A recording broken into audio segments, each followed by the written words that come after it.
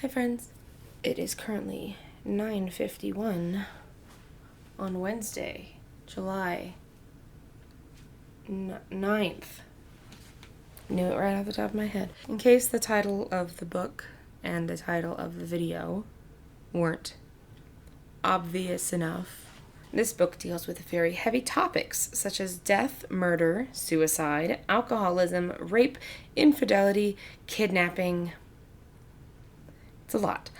This video will be talking about a lot of these, so if any of these are upsetting to you, I would recommend sitting this one out. I know, your favorite YouTuber with all of 1,400 views finally uploads, and it's one of those. All right. So, serial killer support group. I started this book on Saturday night, Sunday, and finished it Monday afternoon. Now, that isn't to say that it was really super good. It was just my book club was meeting Monday evening, and I was like, I need to know what we're talking about, so I'm going to read this book, leaving it to the last minute.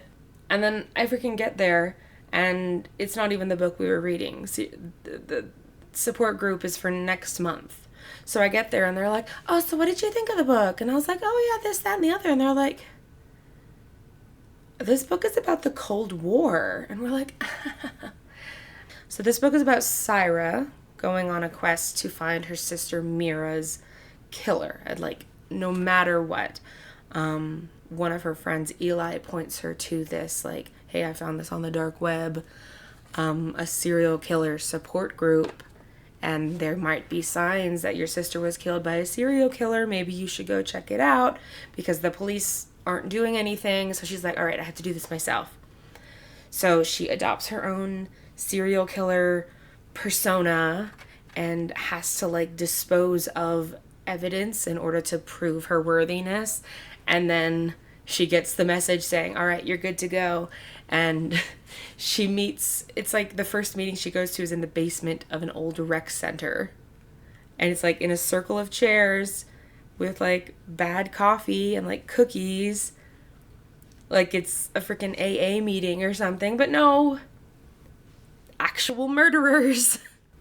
So one of them, his name Lamprey. They give each other nicknames based off of different parasitic things. Her name is Mistletoe, so his name is Lamprey. He attempts to quasi befriend her because he thinks that there is a mole in the group and is like, hey, I know you don't belong here, because he followed her home one night and he knows something's up here.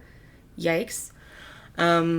Actual freaking serial killer followed her home. So he's like, hey, if you help me find the rat in the group, I won't tell anybody your secret, and I will help you find your sister's killer. And she's like, what choice do I have? And then one of the other members in the group is found murdered, and they're all pointing fingers, and Syra starts to lose herself in this emotionless persona that she has created, and she's like, oh, which one is the real me? And then the book ends with all but one of the killers dead, with Syra being like, all right, yeah, I killed some guys, and one of them was innocent, but whatever.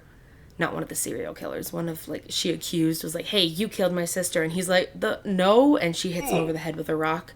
So, whoops. So Syra vows to become a serial killer and starts to hunt down the one guy that got away. And then in the last chapter, it's revealed that all of the previous times that Mira's abusive exes have mysteriously died, Syra actually did it. So she actually is a killer. Whoa. Opinions. Diversity win. This serial killer is gay. And our protagonist, another serial killer, is bi. Unironically, I love the messy representation. Our gay characters shouldn't just be these perfect, they are perfect people. No. Murderers. Killers. Toxic. Why did I say it like that? I knew something was up with Syra because she's constantly like pushing down and like bottling her negative feelings and emotions and pain, and all the other characters are like, hey, you shouldn't do that, that's not good for you, and she's like, no, it's fine, I've done it for years, I'll be fine. And let me tell you, as someone who has bottled stuff up and refused to feel hard emotions, it fucks you up. Hey mom and dad, I know you watch these videos, thanks. Yeah, I say the swear words. I'm a sinner. But hey, at least I'm not a killer. And something else, okay, back to the book. Something else that I like about the book is that every so often we get a POV shift from Syra to one of the serial killers in the group, and we get some of their like mindset and backstory of like how they became like that. And then the final chapter is Syra's, showing how she became like that, and that the mysterious deaths were actually caused by her. Which, cool, love it, love it.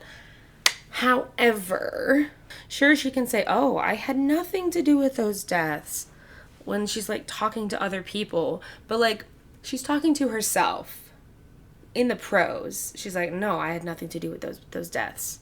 In the like to herself, to the reader, to me, like intentionally to throw you off. It's like, come on. To me, Emily, you're lying. To me, Emily, the sinner. Overall, the book, I'd probably give it a, let's say out of 10, a squelch. All right, I'm still reading the Hilary Duff series.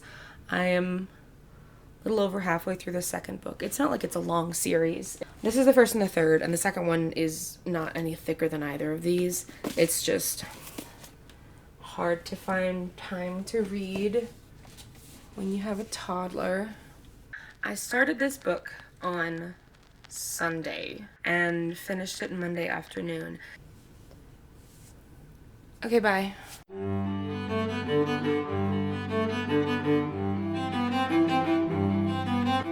The first time I ever did winged eyeliner was for my senior pictures for high school.